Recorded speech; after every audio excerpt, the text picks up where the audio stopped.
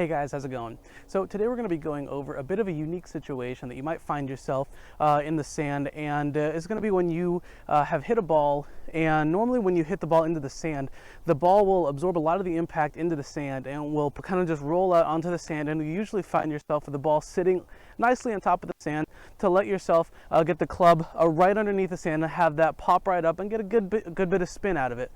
But sometimes you might find yourself where you've had enough of a strong impact in the sand, or the sand's wet enough where it will absorb all of that impact, but it won't let the ball jump up and roll. It will just take all of the impact of the ball and it will be embedded in the sand, and that's what's called a plugged lie.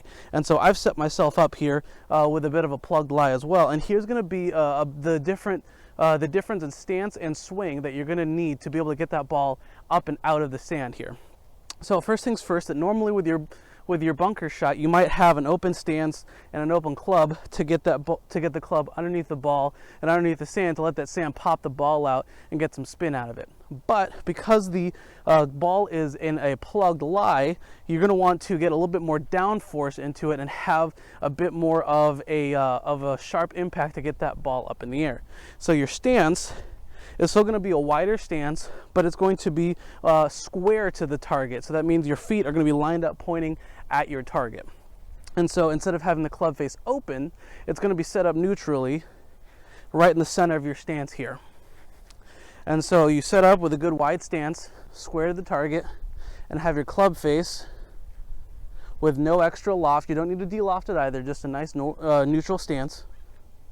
And your swing is going to be a bit steeper of a swing, not a whole lot steeper, just enough to be able to come down, and you're going to be concentrating on hitting the ground about 2 inches behind the ball, because normally you want it maybe about an inch or so behind the ball with a regular sand shot. This is going to be 2 inches because you need to get underneath the ball, and if that ball is an extra ½ inch beneath the sand, you're going to need that extra bit of impact going behind and underneath to get that ball and explode it out of that sand. And so because there's going to be so much force being absorbed with that sand, you want to take as hard of a swing as you feel comfortable with taking. Don't be afraid to hit a strong shot, because that's going to be what's essential here. So you set up and you come down with a bit steeper of a shot, hit about 2 inches behind the ball, and let that ball explode out of the sand here. So in profile, you're going to set up, have a wide stance. The ball is going to be in the center of your stance. The club is going to be in a neutral setup.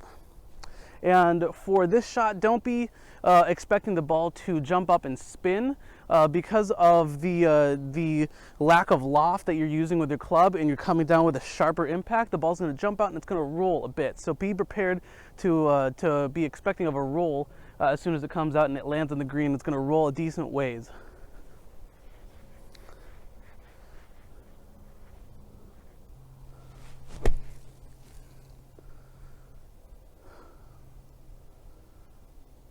So I hope this helps you get out of a unique situation in the bunker, and I hope that this will prepare you with an extra shot in your bag next time that you find yourself in the situation. So if you have any other questions, please leave them in the comment section below. Like the video and subscribe to the channel. We'll see you guys next time.